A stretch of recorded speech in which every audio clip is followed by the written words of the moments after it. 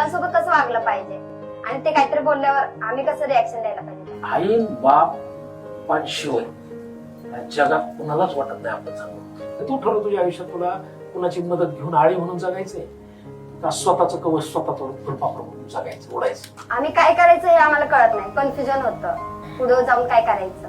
मेंदू इथं राहिलाच नाही, मेंदू बोटा पाला. शिक्षणाला काय म्हणले सगळ्यांनी वाघिणीचं दूध.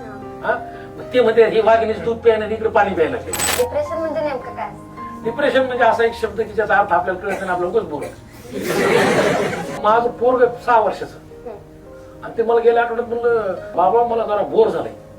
मला आम्हाला 10वी पर्यंत कळलं नाही बोर कसं होते. आपले आई वडिलांसोबत आपला संवाद असताना आपल्याला दुसऱ्याकडून मोटिवेशनची गरज का पडते. एकही माणूस नुसतं वाचून जगात मोठा झाला आणि जगात असा एकही माणूस नाही की जो न वाचताना यशस्वी झाला.